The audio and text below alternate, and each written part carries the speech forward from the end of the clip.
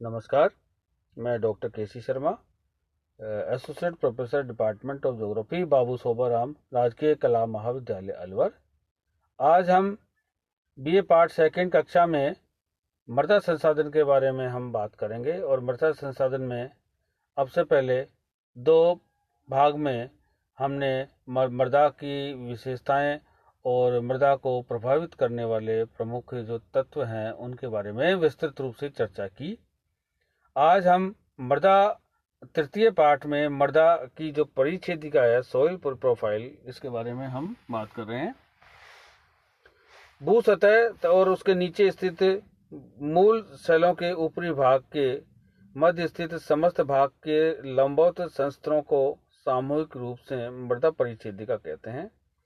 मृदा कई प्रकार की सेलों के टूटने, अपघटन, विघटन होने और उसमें जीवाश्मों के सम्मिश्रण से निर्मित होती है।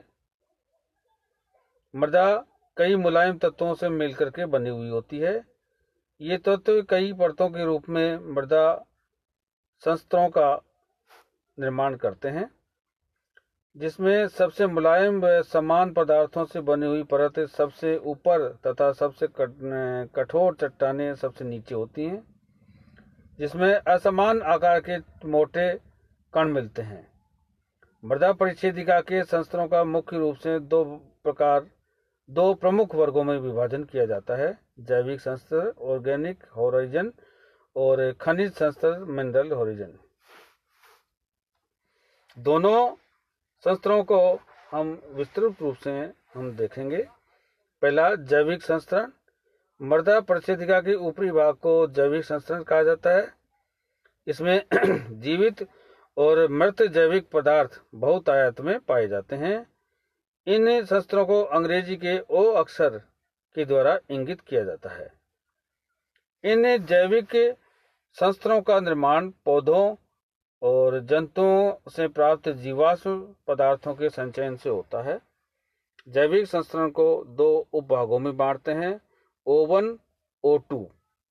और संस्तरण O1 जैविक संस्तरों का सबसे ऊपरी भाग होता है। इसका निर्माण मूल रूप से पाए जाने वाले पारस्परिक तत्वों के निर्माण से होता है। ये मूल पारस्परिक वानस्पतिक तत्व शुद्ध और नवीन पत्तियों के ढेर तथा आंशिक रूप से अपघटित पत्तियों के ढेर होते हैं।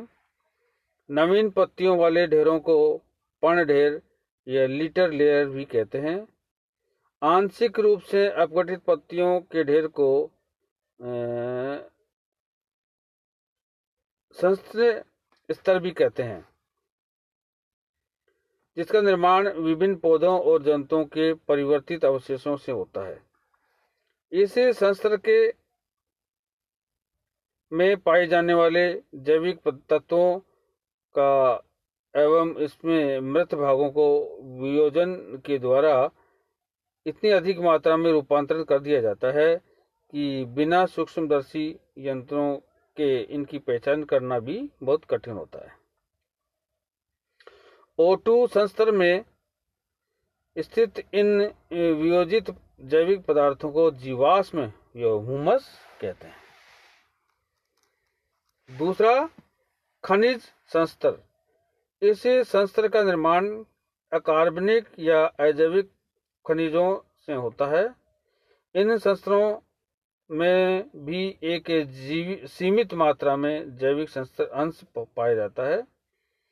खनिज संस्तर में भी ऊपर से लेकर अधः स्थल तक विभिन्नताएं पाई जाती हैं।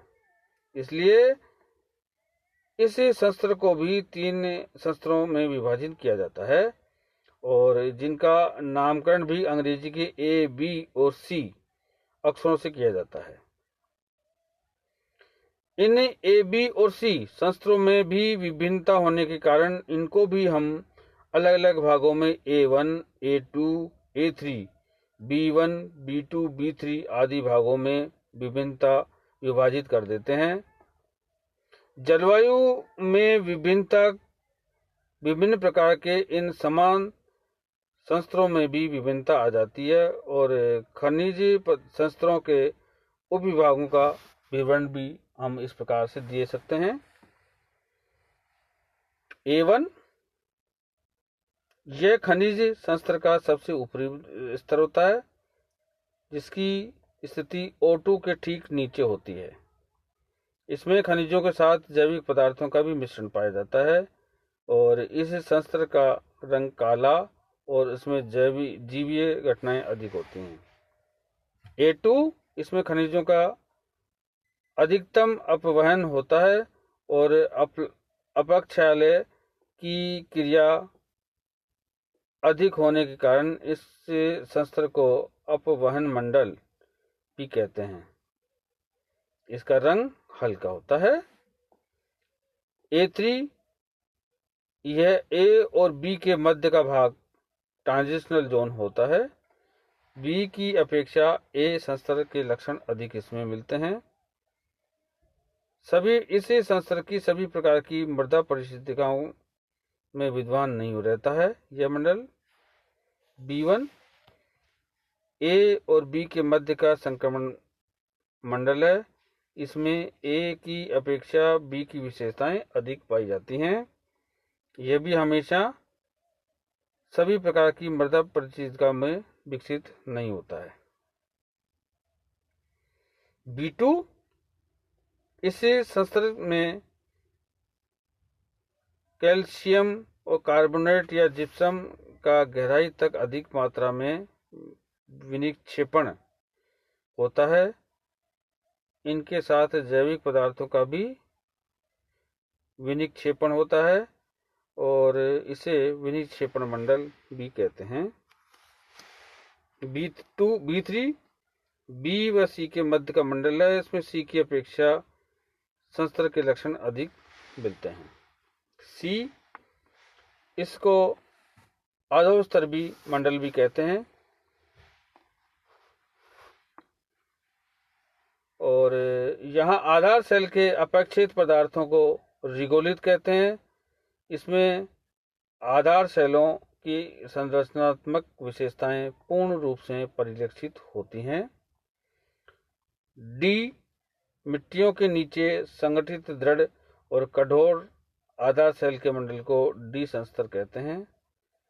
इस प्रकार मृदा के मूल पदार्थ से लेकर ऊपरी सतह तक के विवरण को धरातल के किसी भी भाग पर मृदा परिच्छेदिका के माध्यम से